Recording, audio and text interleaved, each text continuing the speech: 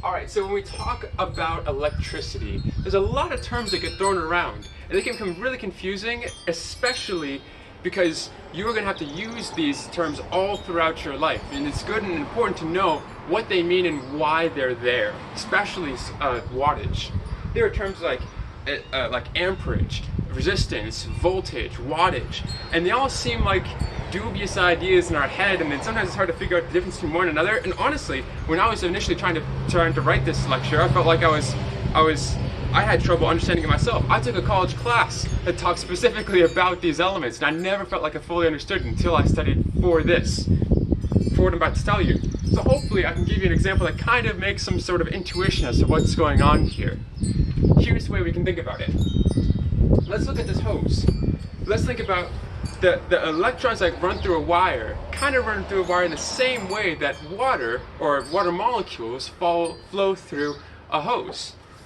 So when I think of electrons coming out of a wire, coming through a wire, we can think of water molecules coming out of this hose. Okay, now this device over here, we normally would call this the faucet that turns on and off the water. But for our purposes, let's call it the amperage device. It turns on and off the flow of electrons. If I turn it on, we've got amperage. If I double the wheel, if I turn the wheel twice as far, we've got twice the amperage. Twice the amperage.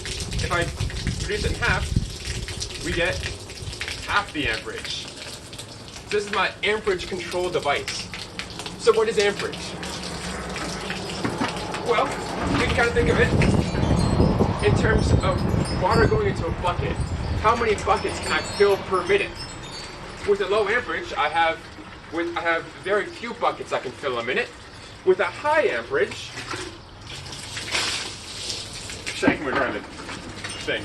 With a high amperage, we have I can fill many buckets per minute. This fills up really fast. In fact, it's almost full. It's almost halfway full already. So, that's what amperage is. It's kind of the flow of electrons. How many electrons are flowing per minute, and how fast it's flowing. Okay. So that's amperage. You would say, okay, well, you say, all right, well, then the thing that powers my device is amperage. If I have amps, that's the same thing as what powers my device. Well, no, amperage isn't exactly what powers the device. It's a little more complex than that. Here's what I'm talking about.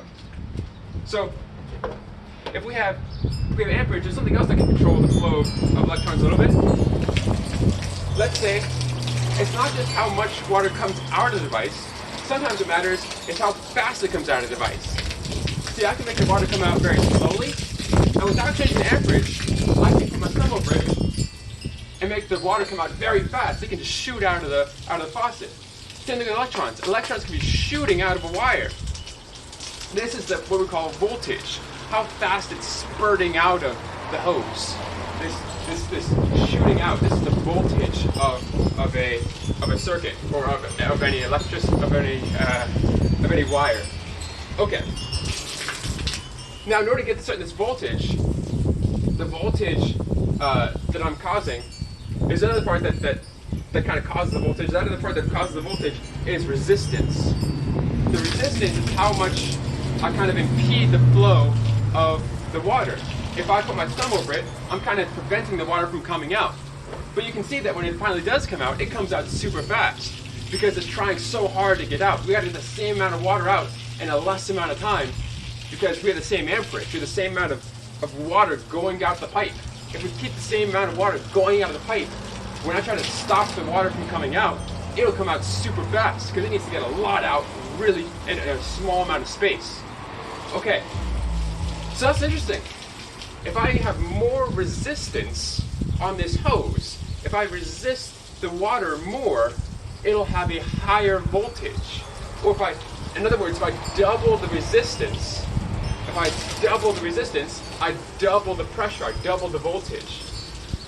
Okay, so you might say, well, voltage is what causes the speed at which it's coming out. That's what causes my computer to run. Well, not exactly either. Before we get to that, let's kind of marvel this for one more second. So we see that increasing resistance increases our volts because I impede the flow more. if I decrease the resistance, I decrease the voltage. Okay. Now this is a direct relationship where as long as I keep the amps the same, if one goes up, if the resistance goes up, the volts go up. If one goes down, if the resistance goes down, the volts go down. This kind of direct relationship where one controls the other is in math used by division to represent it. So we'd say as long as the amps remain the same, the voltage and the resistance have this kind of direct relationship. So we'd say the voltage divided by the resistance equals the amperage. Because the amperage always stays the same. It always equals some sort of constant number. Here's what I'm talking about. We're saying the amperage equals the voltage. The amperage equals the voltage divided by the resistance. Again, amperage is the amount of water that's coming out. The voltage is the speed at which it's coming out. The resistance is how much I'm impeding the flow. Okay, what this means though, this is interesting. So if we look at this in a mathematical perspective, we could say, well, if I multiply both sides of the equation by 2, that should still be a true equation. So what I'm saying, if I multiply this side of the equation by 2, I get 2A, 2 times the amperage. If I multiply this side of the equation by 2, I'll get 2V, 2 times the voltage. What that means is if I double the amperage, I should double the voltage. And it works.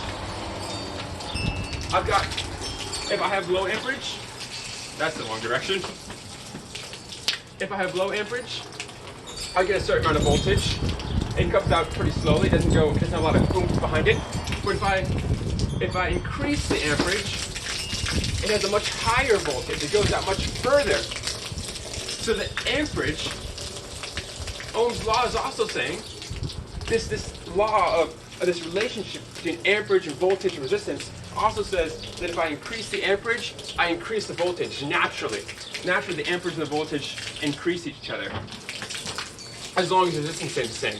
Now, of course, if I mess with resistance, the resistance does stuff too. But this is assuming resistance stays the same. That idea is called Ohm's law, because it was made by a guy named Ohm. So that's Ohm's law. Resistance, the units we actually use for resistance is ohms, named after the guy who learned about all this stuff and figured it all out. Okay, so I'm saying, well, it looks like amperage might affect my computer, or voltage might affect what actually my computer is able to do. What actually does it? And that's where we get to wattage.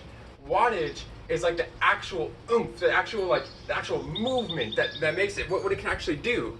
It turns out that the electrons, the amount of electrons that go through a hose or a wire doesn't actually determine how much energy you can get from it, how much power you get from it. The power you get is literally how much things move because of it. So we can use this wind turbine, as a representation of power. The more I can make this wind turbine move, the more power I've got. Here's what I'm talking about. So let's say I take the hose again.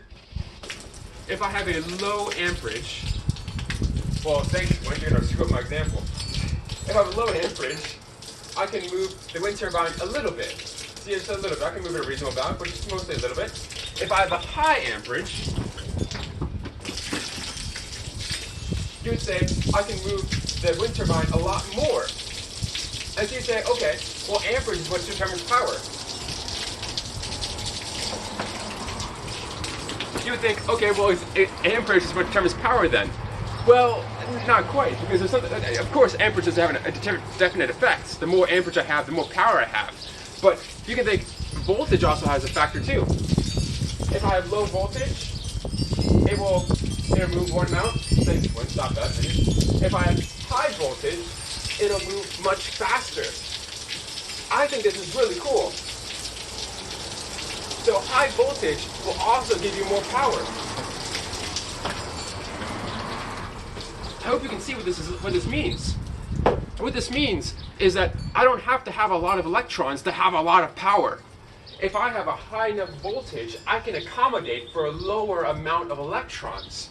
If I have less water to deal with, I can just spew that water out really hard and I'll have more power to deal with.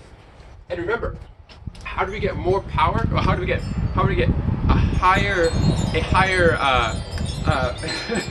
a higher voltage, a higher pressure. We get a higher pressure by increasing the resistance. If I increase the resistance on my hose, I am able to increase the power without having to add more electrons, without having to run up my water bill. And I think it's powerful. It's a powerful way to use watts. Watts simply isn't just the amount of electrons you have. It's not just amps. It's the amount of power you can make with amps, and that is determined by how much you resist the amps. So that's this equation. If we're saying that watts is both directly related by the amps and by the volts. If the volts double, if I have twice the voltage, the pressure coming out, I'll turn the wind turbine twice as fast. If I have twice the amperage, if I have twice the water coming out, that'll make the wind turbine turn twice as fast. It's a kind of direct relationship in that way that both directly affect one object. In math, we use multiplication to represent that. So we say, this is what Watt discovered, a guy named Watt. He discovered that the watts is the same as the amps times the volts. If you have 2 times the volts, you have 2 times the watts. If you have 2 times the amps, you have 2 times the watts. And so that's really what it's all about when it comes to your computer. What really comes up your power is your watts. And you can find that in a bunch of different ways, not just by the amperage, but by how much pressure you have. Okay, so that's Watt's law and Ohm's law. I hope that clears up the idea of watts and amps and voltage and resistance. They're all very different things, but they're all very important for understanding how your systems work, or how even your electricity works.